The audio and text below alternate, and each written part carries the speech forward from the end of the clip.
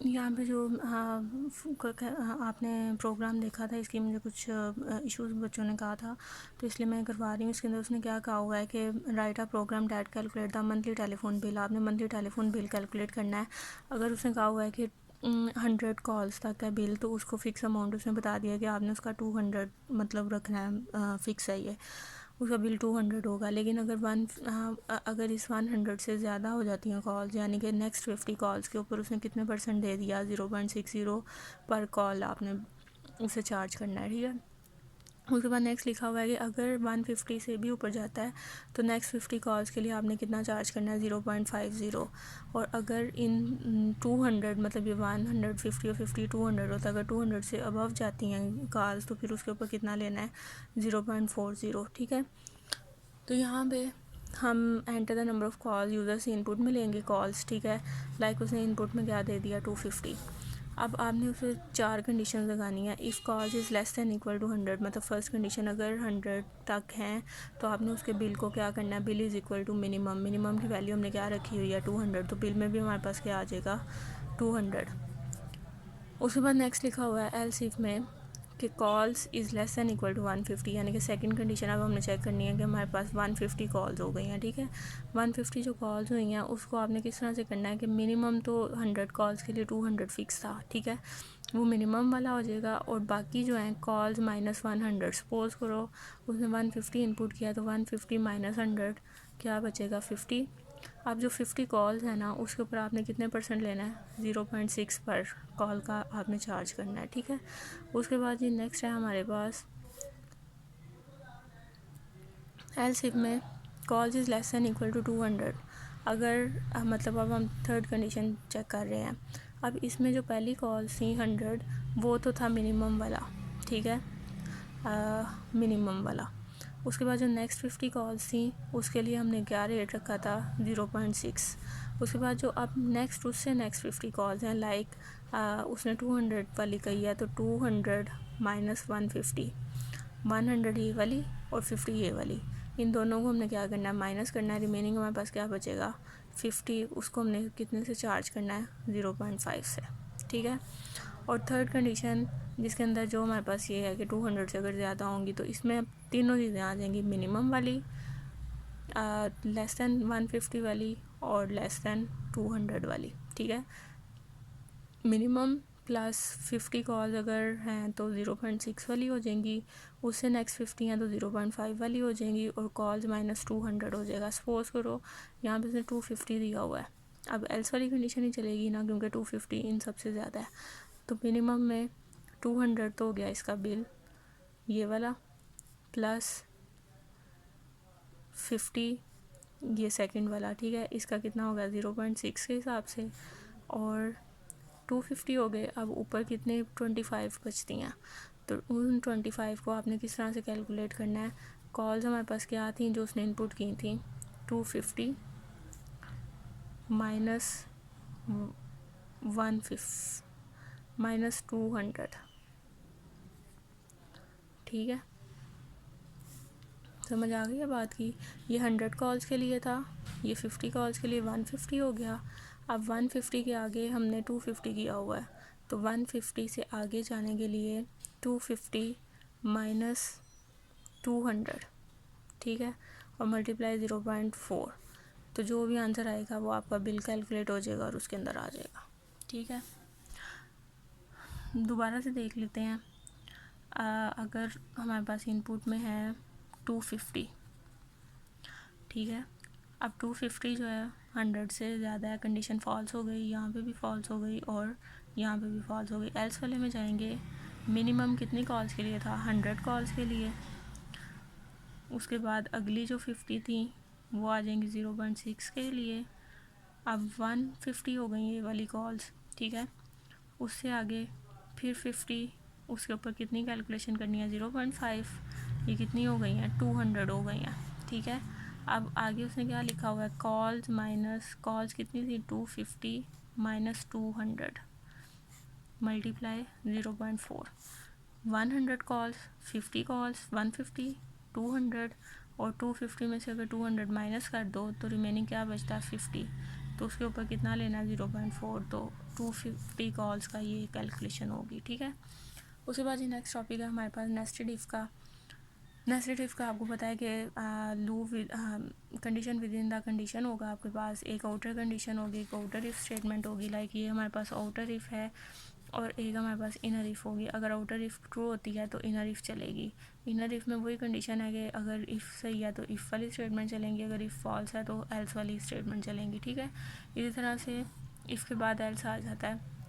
अगर आपकी outer if he false हो जाती है तो अंदर से कुछ भी नहीं चलेगा, तो हम लोग डायरेक्टली कहाँ पे मूव कर जाएंगे, एल्स वाले पे मूव कर जाएंगे, ठीक है। इसकी एग्जांपल्स देखते हैं। इसकी लिमिटेशन आपको पता है कि जब बहुत ज़्यादा नेस्टेड इफ जो है वो बहुत ज़्यादा कम्प्लेक्स किस्म की हो जाती है, ठीक है। तो यहाँ पे right a program that input 3 number, आपने 3 नंबर इनपुट लेने हैं। Display the smallest number by using nested if condition, आपने उसमें से उसका स्मॉलेस्ट नंबर जो है वो डिस्प्ले करवाना है।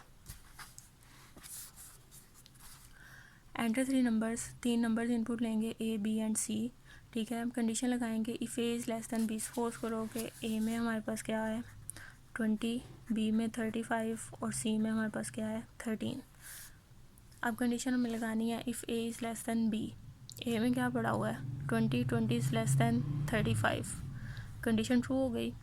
हम अगली कंडीशन लगाएंगे if A is less than C. A में क्या पड़ा हुआ है 20, 20 इज़ लेस दैन 13, कंडीशन क्या हो गई फॉल्स हो गई, ठीक है। एल्स वाली क्या है कि अगर ये कंडीशन फॉल्स होगी तो हमने किसको चलाना है एल्स को, तो सी इज़ द स्मॉलेस्ट नंबर। सी हमारे पास क्या हो जाएगा स्मॉलेस्ट नंबर, जो कि हमारे पास क्या है 13 है, ठीक है। अगर इसी तरह से हमने पहले ए को बी मतलब ए का कंपैरिजन बी के साथ भी करना है और सी के साथ भी करना है, और अगर ऐसा नहीं होता तो सी स्मॉलेस्ट नंबर है, फिर बी का कंपैरिजन हमने किसके साथ करना है सी के साथ, और अगर ऐसा नहीं होता तो सी क्या है हमारे पास स्मॉलेस्ट नंबर है, ठीक है।